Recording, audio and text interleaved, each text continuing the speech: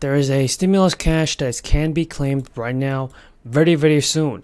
Eligible homeowners can access a one-time payment of up to $2,900, $3,000, thanks to a homestead credit refund, which is being put in place by state authorities. It offers relief to those struggling with high property taxes and relief to those given to people that need it the most. First of all, in other words, the amount of money that the person receives is directly linked to the amount that they will be refunded for. Well, for instance, as the program states, a big income prompts the maximum to get lowered.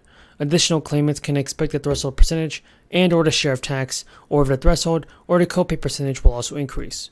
So while these incomes will exceed the $120,000, they are not eligible to participate in this tax rebate. All claims must be filed through the Minnesota Department of Revenue. This form needs to be filed separately from an income taxpayer's individual form. Group of California residents is receiving payments Saturday. They could be well over $1,000 from a state program. About 7 million refunds have been distributed so far to the recipients from this relief program, totaling more than $8.7 billion. The middle class tax refund have been giving checks since October. And now, all the people receiving these checks, well, you're still going to get it this year. And while the worst economic effects of the crisis may soon be over, with the Fed receiving the increasing interest rates, it's kind of making things tough, making things worse for the people. That's not what we want to hear, but it's true. The Fed has to do something to stop this. People are making more money.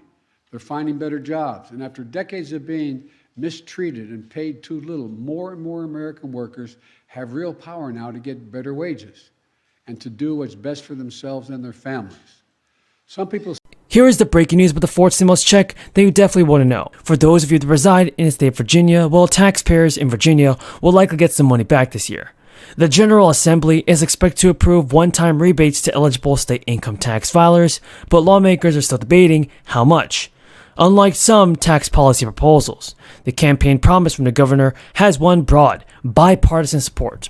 The governor also proposed his own version of the plan with a smaller price tag. State officials have said, "We want to have the largest tax rebate in the history of Virginia."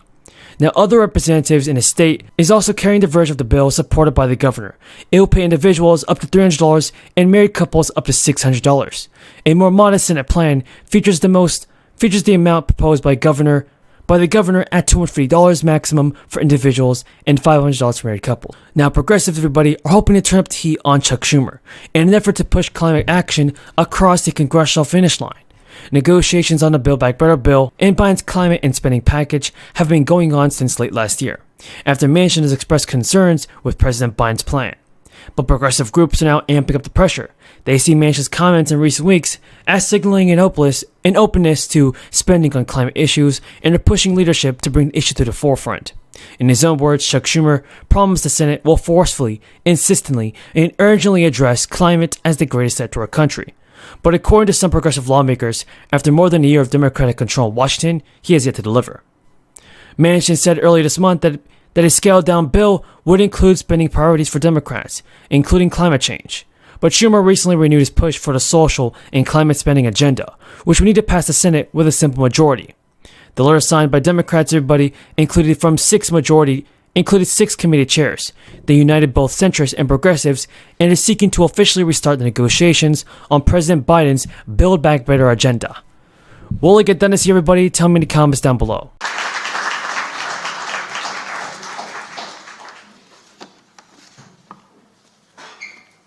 Good afternoon. On this 21st day in the month of March, I stand here representing the 13,000 amazing students of St. Landry Parish. The year of 2020 introduced us to a pandemic, and it was a roller coaster ride. Our parish decided on virtual learning and handed out Chromebooks and hotspots to all kids. The execution of virtual learning in our parish was very difficult due to many students living in rural areas.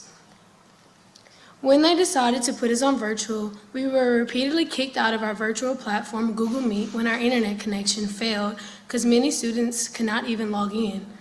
This caused the process of virtual learning to be 10 times more difficult. Due to the repeated connectivity problems, virtual learning failed after just 1 month. The average Social Security benefit is around $1,700 this year, with a maximum of $4,200 per month, and payment dates are determined by your birthday. Based off recent data, some say that the COLA adjustment may go up even more next year due to inflation. In Texas, said about 1.3 million households will benefit after the state provides more than $317 million in emergency SNAP benefits in June. The money was made available after the U.S. Department of Agriculture allowed the Texas Health and Human Services Commission to extend the maximum allowable amount of SNAP benefits to recipients based on family size. All SNAP households will receive a minimum of $95 in emergency allotments. A big update for Social Security, everybody. Democratic leaders of 3 congressional caucuses have officially sent a letter to Nancy Pelosi to bring a bill that would expand and strengthen Social Security to the floor for a vote. The group of lawmakers wrote in the letter, "We know how important the Social Security 2100 Act is to all Americans. We need to continue working together to bring this bill for a vote so we can deliver the improved benefits our nation beneficiaries need now." Now, the letter promotes legislation introduced by Representative John Larson. During an interview, Larson said that increasing Social Security benefits would uplift everybody in our country. The lawmakers' letter to Pelosi highlights that importantly, the Social Security 2100 Act is not only expand benefits, but across the board and in targeted ways, it cuts Social Security's projected shortfall by more than half.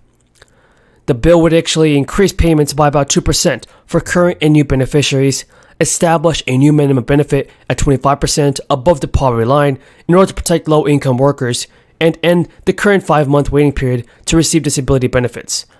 To pay for the improvements, the bill would apply the payroll tax to wages above $400,000, which would affect the top 0.4% of wage earners. Former chair of the Committee on Veterans Affairs. One of the finest people I ever served with. He really was, a man of great honor and integrity.